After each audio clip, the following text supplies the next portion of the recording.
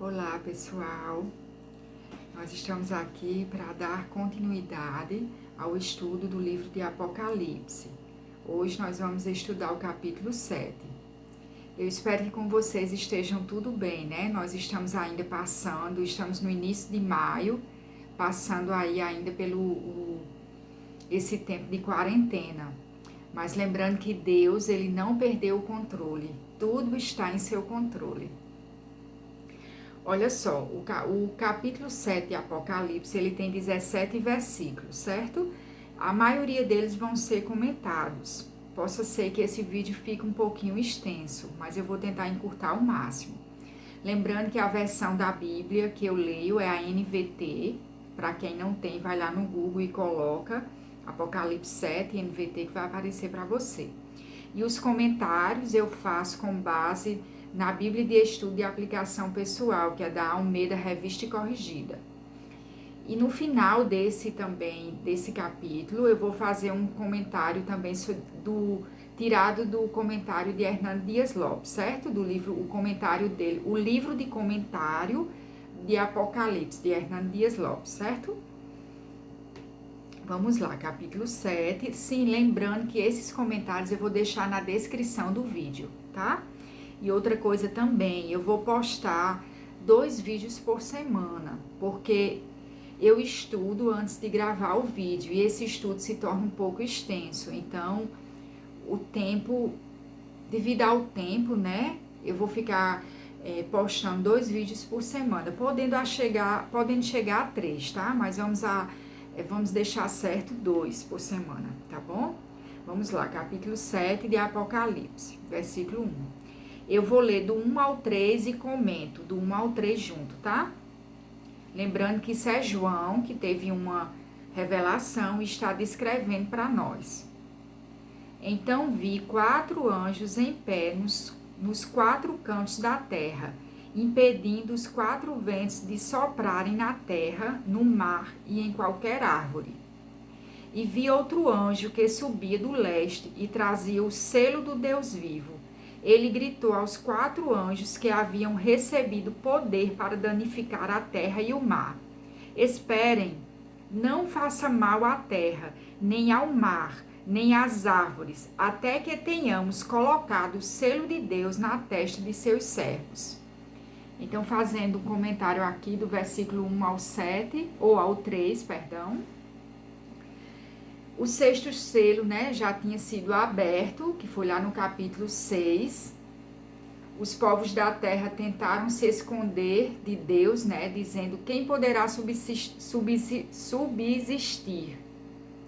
Quando toda esperança parecia perdida, 4 anjos refrearam os 4 ventos do julgamento, até que o povo de Deus recebesse o selo de sua propriedade. Somente então Deus abriria o 7º selo. Então Deus estava poupando o povo dele, né? Até que terminasse de colocar o selo no povo dele, os anjos estavam segurando esses ventos. Um selo, quando colocado sobre um pergaminho ou documento, identifica e protege seu conteúdo, né? Nós vemos muito em filmes aí quando um rei ele sela algum documento com o seu anel, ele está protegendo aquele conteúdo, né? O selo foi colocado ali protegendo. E aí, isso significa que Deus, quando coloca o selo dele sobre o seu povo, está nos protegendo de algo. Assim Deus faz com os seus seguidores. O selo para os sela, para os identificar e proteger a sua alma.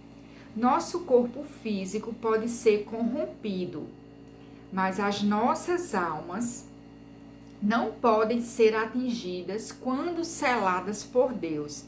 Você encontra melhor também falando sobre o selo do Espírito Santo lá em Efésios capítulo 1, 13, certo? Eu te aconselho a ler para você entender melhor sobre esse selo. O selo de Deus é colocado sobre a testa de seus servos, da besta descrita em Apocalipse 13:1. Este selo é exatamente o oposto da marca. Esses 2 marcos colocam as pessoas em 2 categorias distintas: aquelas que são propriedades de Deus e aquelas que são propriedades de Satanás. Então, os seguidores de Satanás terão seu selo, mas os de Cristo também serão selados. Vamos para o versículo 4, certo? Eu vou ler do versículo 4 ao 8 e faço um comentário do 4 ao 8, tá? E ouvi o número dos que foram marcados com o selo de Deus. Eram 144.000 de todas as tribos de Israel. A tribo de Judá foram seladas, da tribo de Judá foram seladas 12.000, da tribo de Ruben 12.000, da tribo de Gade 12.000, da tribo de Azé 12.000, da tribo de Naftali 12.000, da tribo de Manassés 12.000, da tribo de Simeão 12.000, da tribo de Levi 12.000, da tribo de Issacar 12.000, da tribo de Zebulon 12.000, da tribo de José 12.000, da tribo de Benjamim foram selados 12.000. Fazendo um comentário agora do 4 ao 8, né? O número 144.000 é simbólico. Todos os seguidores de Deus serão seguramente conduzidos a Ele. Ninguém será omitido ou esquecido. As 12 tribos. Esta é uma relação diferente daquela que conhecemos, onde constam as 12 tribos do Antigo Testamento, porque é uma relação simbólica dos verdadeiros seguidores de Deus. Vou comentar um pouco sobre cada tribo, certo? A tribo de Judá é mencionada em primeiro lugar por ser a tribo de Davi e também a tribo de Jesus, o Messias. Você encontra isso lá em Gênesis, capítulo 49, do versículo 8 ao 12, e também lá em Mateus, capítulo 1, versículo 1. A tribo de Levi não tinha nenhuma parcela por causa do trabalho prestado pelos levitas ao templo de Deus. Você encontra isso lá em Deuteronômio 18, 1. Mas aqui esta tribo, que é a tribo de Levi ainda, recebeu um lugar como recompensa por sua fidelidade. A tribo de Dan não é mencionada porque era conhecida por sua rebelião e idolatria, que são características inaceitáveis na vida daqueles que seguem a Deus. Então, duas características que são inaceitáveis para nós que seguimos a Deus é a rebelião e a idolatria. Você encontra falando sobre essa tribo lá em Gênesis 49, 17, capítulo 49, versículo 17. As duas tribos que representavam José, que geralmente eram chamados de Efraim e Manassés, nome dos filhos de José, recebem aqui os nomes de José e Manassés por causa da rebelião de Efraim. Leia Gênesis 49 para entender sobre o início dessas 12 tribos, certo? Então, lá no capítulo 49 de Gênesis, você vai entender melhor. Vamos agora para o versículo 9, voltando para a leitura do versículo 9 do capítulo 7 de Apocalipse. Depois disso, vi uma imensa multidão, grande demais para ser contada, de todas as nações, tribos, povos e línguas, em pé diante do trono e diante do Cordeiro. Usavam vestes brancas e seguravam ramos de palmeiras. O 10. Gritavam com grande estrondo: a salvação vem do nosso Deus, que está sentado no trono, e do Cordeiro. Vamos fazer um comentário do versículo 9 e o 10, tá? Quanto à multidão, alguns acreditavam que são os mártires descritos no capítulo 6 de Apocalipse, versículo 9. E outros dizem que tal multidão é o mesmo grupo de 144.000 mencionado nos versículos de 4 a 8. Essas 144.000 pessoas foram seladas por Deus antes da grande tribulação. A grande multidão foi conduzida à vida eterna, como Deus havia prometido. Antes as pessoas estavam sendo preparadas, agora são vitoriosas. Essa multidão celestial é composta por todos aqueles que permaneceram fiéis a Deus através das gerações. Nenhum crente não estamos falando de religião. Porém, crente é todo aquele que crer na obra da cruz através de Jesus e o aceita como Salvador e Senhor, certo? Então, nenhum crente verdadeiro precisará se preocupar com o grupo a que irá pertencer. Deus inclui e protege cada um de nós e nos foi dada a garantia de um lugar em sua presença. As pessoas procuram inúmeras maneiras de eliminar a culpa do pecado, como boas ações, ocupações intelectuais e até lançando a culpa nos outros. A multidão celestial, entretanto, louva a Deus dizendo que a salvação é concedida por Ele e pelo Cordeiro. A salvação do castigo pelo pecado somente poderá vir através de Jesus Cristo. Será que você já conseguiu eliminar a culpa do pecado através do único meio possível? Aqui o autor pergunta, né? Será se você conseguiu eliminar de sua vida a culpa pelo pecado através de Jesus Cristo? Então, uma reflexão para você. Agora eu vou ler do versículo 11 ao 13 e aí comento de uma só vez, certo? E todos os anjos estavam em pé ao redor do trono, dos anciãos e dos 4 seres vivos. Prostaram-se com o rosto em terra diante do trono e adoraram a Deus, cantando: Amém. Louvor e glória e sabedoria, gratidão e honra, força e poder pertencem a nosso Deus para todos sempre. Amém. Então, um dos anciãos me perguntou: Quem são estes vestidos de branco?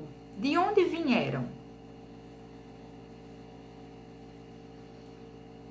Do 11 ao 13 fala sobre os anciões e os seres viventes, os quais já comentamos. Os anciões no capítulo 4, versículo 4, e os 4 seres vivos no capítulo 4, do versículo 6 ao 7, certo? Para você entender melhor sobre os anciãos e os 4 seres vivos. Capítulo 14. Eu lhe respondi: Senhor, tu sabes. E ele disse: são aqueles que vieram da grande tribulação. Lavaram e branquearam suas vestes no sangue do Cordeiro. Fazendo um comentário do versículo 14, né? A grande tribulação já foi explicada de várias maneiras. Alguns acreditam que ela se refere ao sofrimento dos crentes através dos séculos, e outros acreditam que ainda haverá um tempo específico de grande tribulação. É difícil imaginar como o sangue pode tornar branco qualquer tecido, mas o sangue de Jesus Cristo é o maior agente purificador do mundo, porque remove a mancha do pecado. A cor branca simboliza a perfeição ou a santidade, que somente poderia ser recebida através da morte do imaculado Cordeiro de Deus a nosso favor. Esse é o retrato de como podemos ser salvos pela fé. Você encontra isso também lá em Isaías capítulo 1, versículo 18 e Romanos capítulo 3, do versículo 21 ao 26. Agora vamos para os versículos 16 e 17.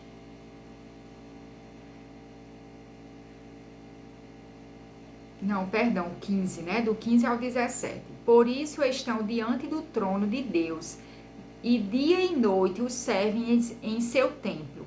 E aquele que se senta no trono lhes dará abrigo.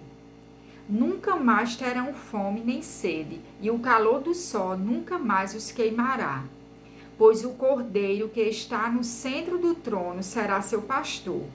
Ele os guiará às fontes de água viva, e Deus enxugará de seus olhos toda lágrima. Agora eu vou comentar o versículo 16 e 17. Deus proverá as necessidades de seus filhos em sua morada eterna, onde não haverá fome, sede ou dor, e ele enxugará todas as lágrimas. Quando você estiver sofrendo ou desesperado, procure confrontar-se com essa promessa de total proteção e alívio.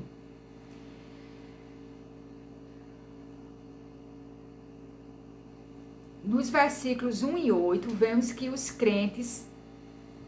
os crentes recebendo um selo que irá protegê-los através dos tempos de grande tribulação e sofrimento. Nos versículos 9 ao 17, vemos os crentes finalmente no céu, ao lado de Deus, todos os que foram fiéis. Através dos séculos estão cantando perante seu trono celestial. Suas tribulações e tristezas estão terminadas. Não haverá mais lágrima pelo pecado, pois todos os pecados foram perdoados. Nem pelo sofrimento, porque todo sofrimento terminou. Nem pela morte, porque todos os crentes foram ressuscitados para nunca mais morrer. Esses são os comentários, né, da Bíblia de aplicação pessoal. Eu te aconselho a estudar da seguinte forma. Você lê o capítulo todo. Se você quiser separar um caderninho, seria ótimo, né, para fazer essas anotações. Você lê o capítulo todo e aí depois você vai lendo os comentários de cada capítulo. Eu leio o capítulo e faço o comentário para que você entenda, mas como eu deixo na descrição desse vídeo, de cada vídeo, aliás, cada vídeo, eu deixo na descrição lá os comentários dos versículos. Daqueles versículos que são mais difíceis de entender, daqueles que têm simbologia, certo? Então, eu te aconselho a você ler todo o capítulo e depois você vai lendo o capítulo e o comentário, tá bom? Assim como eu disse no início desse vídeo, eu vou fazer um comentário, né, que eu achei bem interessante, do livro de Hernandes Dias Lopes, né, o comentário do livro dele de comentários de Apocalipse, certo? O controle divino sobre os cavaleiros e os ventos assegura que a igreja será selada e ficará segura antes que os cavaleiros avancem. A destruição desabará sobre o mundo, mas a igreja é indestrutível. A destruição não pode dar sua largada antes dos remidos serem selados. Os selados não precisam temer ao juízo. O castigo que deveria cair sobre nós, selados, caiu sobre Jesus na cruz. A destruição não pode dar sua largada antes dos remidos serem selados. Lembrando mais uma vez, né? Aí o selo tem 3 significados.